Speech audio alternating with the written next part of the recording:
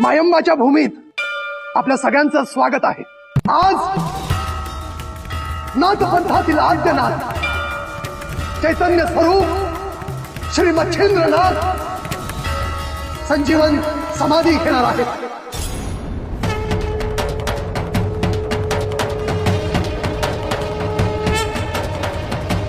नाथपंथातील ही प्रथमच घटना आहे। मुळात नाथपंथाचा जन्मच हा सद्गुरू श्री मच्छिंद्रनाथ यांच्यापासून सुरू झाला आणि तोच नाथपंथ संपूर्ण सृष्टीच्या कल्याणासाठी याच देवभूमीत अहोरात्र कार्य करत आहे।